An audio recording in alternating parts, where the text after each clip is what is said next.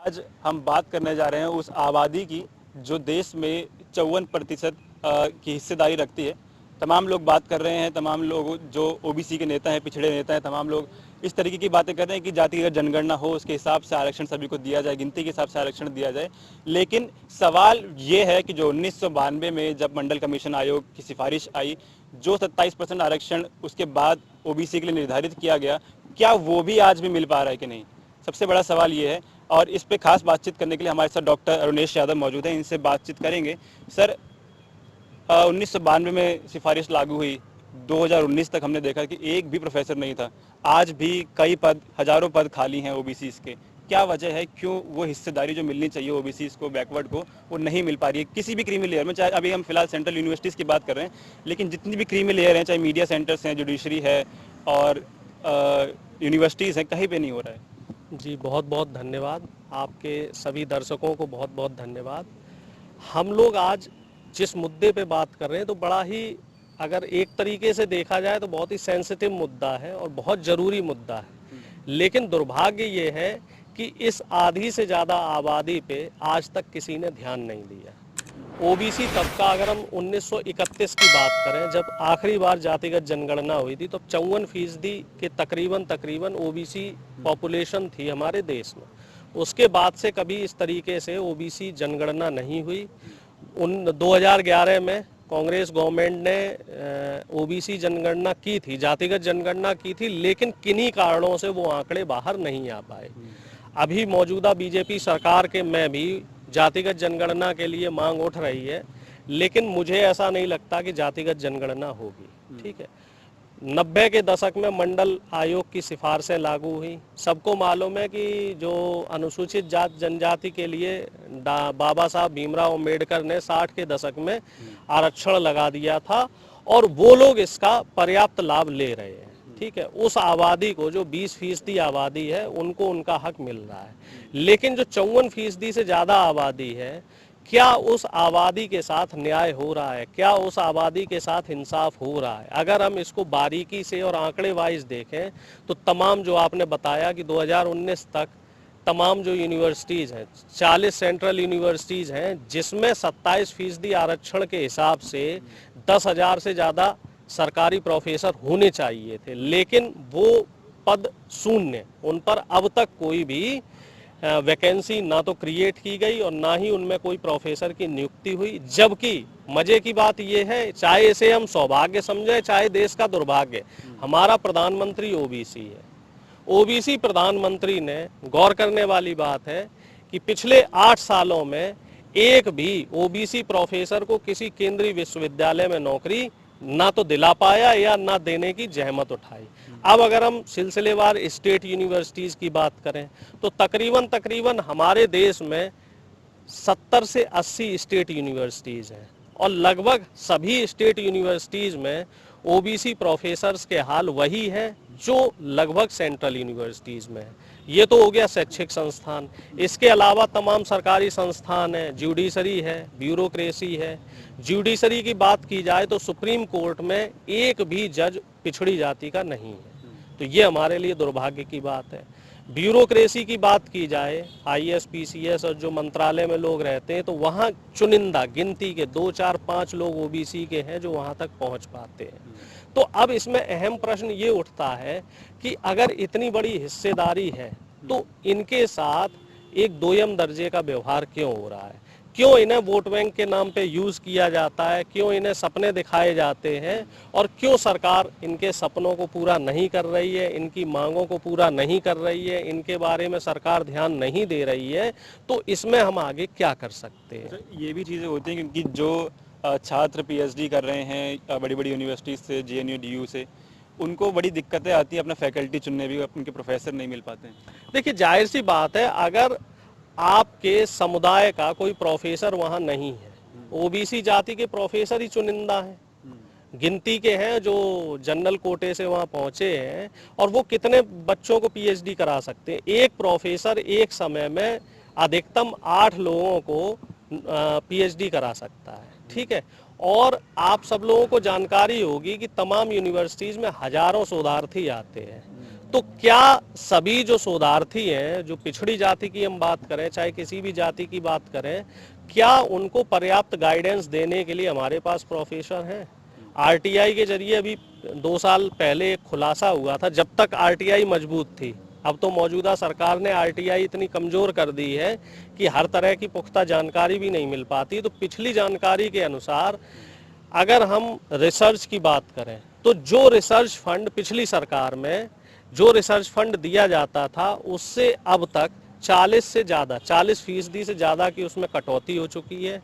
और अगर हम पीएचडी जो रिसर्च कराने वाले प्रोफेसर्स की बात करें तो उसमें ये बता रहे हैं कि 8000 से ज़्यादा प्रोफेसर्स के पद खाली है। जो रिसर्च इंस्टीट्यूट्स हैं, तमाम गवर्नमेंट के रिसर्च इंस्टीट्यूट्स हैं, उनमें 8000 से ज़्यादा प्रोफेसर्स के पद खाली हैं। और कुल मिला जुला के अगर हम देखें तो हायर एजुकेशन की अगर हम बात करें, एमएससी ऑनवर्ड्स या मास्टर डिग्री ऑनवर्ड्स, रिसर्च की बात करें, पीएचडी की बात करें, तो हमारे जो कंट्री में जो फेलोशिप मिलती हैं, जिनको हम जूनियर रिसर्च फेलोशिप या सीनियर रिसर्च फेलोशिप कहते हैं, तो उसमें भी कटौती की गई है। तो यही वजह है कि हायर एजुकेशन के लिए या फिर शोध कार्य के लिए, पीएचडी के लिए छात्र अब भारत में नहीं रुक रहे हैं, चाइना में जा रहे हैं, कोरिया में जा रहे हैं, ऑस्ट्रेलिया में जा रहे हैं, यूरोपियन कंट्रीज में जा रहे हैं और अमेरिका की तरफ जा रहे हैं, क्योंकि वहां उनको छात्रवृत्ति के नाम पे 2 से 3 लाख रुपए तक की पर मंथ मदद मिलती है, जबकि ये मदद हमारे यहाँ 20 से 50,000 के बीच में है। तो जो आज के सिनेरियो के हिसाब से, आज की महंगाई के हिसाब से काफ़ी कम है। अच्छा, ऐसा क्यों है? क्योंकि वो अधिकार जो मिलना चाहिए ओबीसी को, बैकवर्ड को, पिछड़े को, वो नहीं मिल पा रहा है, फिर भी सारा ओबीसी एक साथ आके उस चीज़ की बात क्यों नहीं करता है? देखिए, ऐसा है, ओबीसी वर्ग बटा हुआ है। कुछ ओबीसी वर्ग ऐसे हैं जो भटके हुए हिंदू बने हुए हैं, कुछ ओबीसी वर्ग के लोग ऐसे हैं जो अपने आप को ओबीसी ही नहीं मानते हैं, उनको ओबीसी मानने में शर्म आती है। वो कहते हैं कि साहब हम ओबीसी नहीं है, हम तो सवर्ण हैं। हरियाणा की बात की जाए तो हरियाणा में एक टाइम पे चौधरी देवीलाल जी मुख्यमंत्री हुआ करते थे, और उस समय अभी भी हरियाणा में जो जाट कम्युनिटी है वो जनरल कैटेगरी में आती है और बाकी स्टेट्स में वो ओबीसी में है। तो देवीलाल जी ने वहाँ बोला था वहाँ की कम्युनिटी से कि हम आप लोगों को ओबीसी में ले आएंगे, जिससे कि आपको 27% का लाभ मिलेगा। तो वहाँ के जाटों का आप देखिए, उनका माइंड फ्रेम देखिए, उन्होंने देवीलाल की सरकार गिरवा दी। जो विधायक थे, जो जनता थी, इतना विरोध किया कि देवीलाल जी की सरकार गिर गई। उत्तर प्रदेश में भी काफ़ी जगह, अगर हम पश्चिमी उत्तर प्रदेश की बात करें तो यहाँ पे जाट कम्युनिटी है, बाहुल्यता में गुर्जर कम्युनिटी है, यादव कम्युनिटी है। ये लोग भी अपने आप को पिछड़ा मानने को तैयार नहीं है। कुछ हद तक जो लोधी राजपूत हैं, ये सब अपने आप को चंद्रवंशी छत्री और कौन कौन से छत्री मानते हैं, कहते हैं साहब हम ओबीसी के नहीं हैं, हम तो छत्री हैं, हम राजपूत हैं। भी तो अपने को छत्री मान रहे हैं। उसी पे कह रहा हूँ मैं, यादव भी आप तमाम जगह जाइए, हरियाणा में जाइए, हरियाणा के यादव अपने आप को ओबीसी नहीं कहते, कहते साहब हम तो राव साहब हैं। और यही हाल राजस्थान के यादवों का है, गुजरात के यादवों का है, और यूपी में भी काफ़ी जगह यादव अपने आप को जो है चंद्रवंशी क्षत्रिय मानता है और उसको पिछड़ा कहने में शर्म आती है। तो इसके पीछे लॉजिक ये है कि एक तो शिक्षा का अभाव है, पहली चीज़, दूसरी चीज़ जागरूकता का अभाव है, और तीसरी चीज़ जो है आपसी, एक हम कहते हैं ना एकजुटता, इसका अभाव है। एकजुट अगर हम होंगे, बाबा साहब भीमराव अंबेडकर ने, जब वो संविधान रचयिता है हमारे, उन्होंने ये कहा था कि जब आप शिक्षा के महत्व को समझेंगे, शिक्षा शेरनी का वो दूध है जिसे जो पिएगा वो दहाड़ेगा। और बाबा साहब ने दूसरी बात ये कहा कि जब आप शिक्षा के महत्व को समझेंगे तभी आप अपने आप को, अपने परिवार को और अपने समाज को आगे ले पाएंगे। जहाँ पे आज हमारा देश खड़ा हुआ है, तो कहीं ना कहीं जो अनुसूचित जातियां हैं और पिछड़ी जातियां हैं, उन पे अभी बहुत मेहनत करने की ज़रूरत है। ख़ास तौर से पिछड़ी जातियों पे बहुत मेहनत करने की ज़रूरत है। और अगर आप एकजुट रहेंगे, बाबा साहब ने ये भी कहा था कि अगर आप एकजुट रहेंगे, शिक्षित रहेंगे और संघर्ष करेंगे, तभी आप आगे बढ़ पाएंगे। तो ये जो मौजूदा समय है, जिसमें ख़ास तौर से मैं बीजेपी पे डायरेक्ट कटाक्ष नहीं करूँगा, लेकिन जो हकीकत है वो है कि बीजेपी ने कहीं ना कहीं समाज को जाति में और धर्म में बांट दिया है। पहले वो आपको हिंदू और मुस्लिम के नाम पे आपस में मतभेद करवाएंगे, फिर हिंदू के अंदर जनरल ओबीसी और एससी एसटी के नाम पे मतभेद करवाते हैं।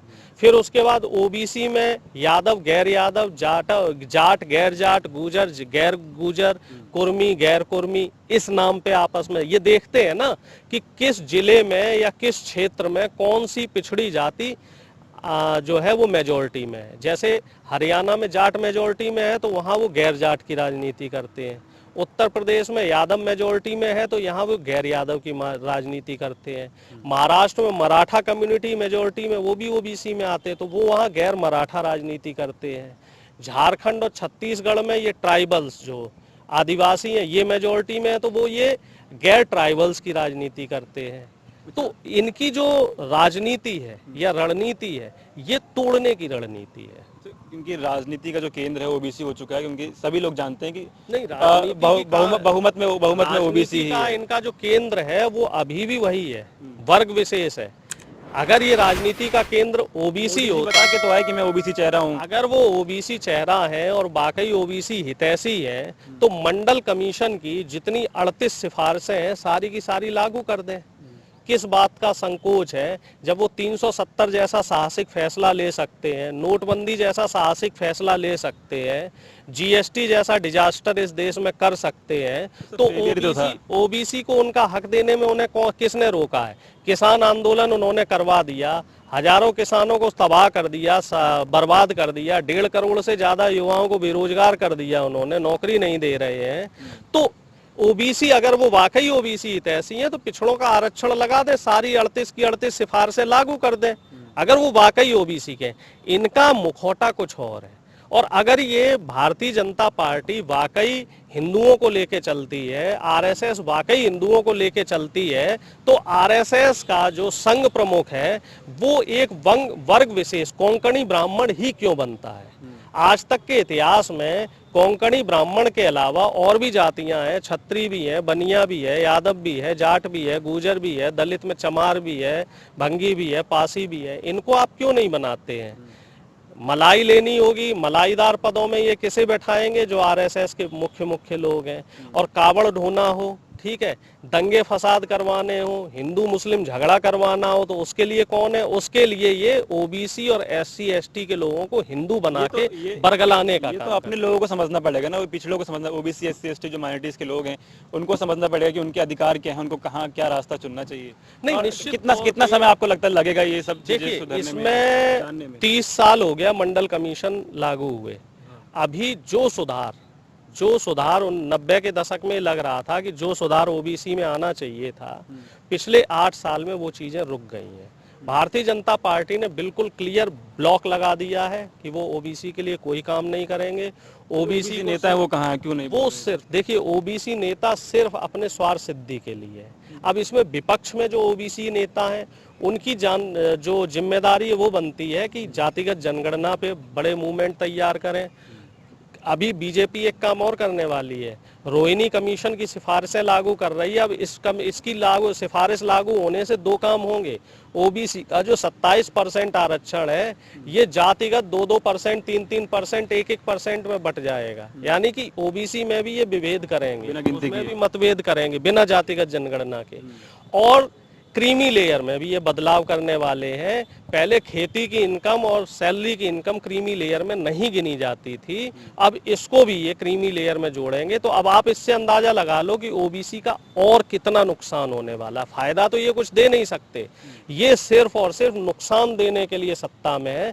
फायदा ये देंगे सिर्फ अपने चुनिंदा व्यापारी मित्रों को। मेरा सवाल अभी भी वही है कि पिछड़ों को ये समझने में कितना समय लगेगा अभी कि उनके अधिकार क्या हैं? इसमें मैं वही आ रहा हूँ कि जो ओबीसी के नेता हैं, जो सामाजिक संस्थाएं हैं, अब उनकी जिम्मेदारी बनती है कि गांव-गांव जाएं, जातिगत जनगणना को लेके और ओबीसी रिजर्वेशन को लेके और उनके जो मौलिक अधिकार हैं और शिक्षा का जो महत्व है इसको लेके गांव-गांव जाएं, शहर जाएं, नुक्कड़ सभाएं करें, लोगों से चर्चा करें, लोगों से बात करें और जो समस्या है, जो जनता, जो सरकार द्वारा जो अनदेखी की जा रही है, तो उस पे बात करें। हम देखते हैं कुछ पत्रकार, कुछ प्रोफेसर, डॉक्टर लक्ष्मण यादव, दिलीप मंडल हो गए और रतनलाल हो गए, आनंद कुमार हो गए, लोग बात करते तो हैं, क्या असर उसका? नहीं, लेकिन ये बात करना जो प्लेटफॉर्म है ना, वहाँ सफिशिएंट नहीं है। गांव-गांव इनको यात्राएं निकालनी पड़ेंगी, उसी से बदलाव होगा, क्योंकि हर आदमी टीवी और मोबाइल नहीं देखता है। अभी एक तबका ऐसा भी है जिसके पास एंड्रॉयड फ़ोन नहीं है, तो उस तक ये जानकारी पहुंचाना, उस तक उसके अधिकारों की बात पहुंचाना जरूरी है। कहीं ना कहीं चौधरी चरण सिंह साहब, डॉक्टर राम मनोहर लोहिया जी और नेताजी मुलायम सिंह जी, कांसीराम जी, इनकी तरह एक मूवमेंट तैयार करना पड़ेगा। सड़क सड़क और मेड़ मेड़ जाना पड़ेगा, खेत खेत जाना पड़ेगा। तब मुझे लगता है तब कहीं ओबीसी को हम जगा सकते हैं।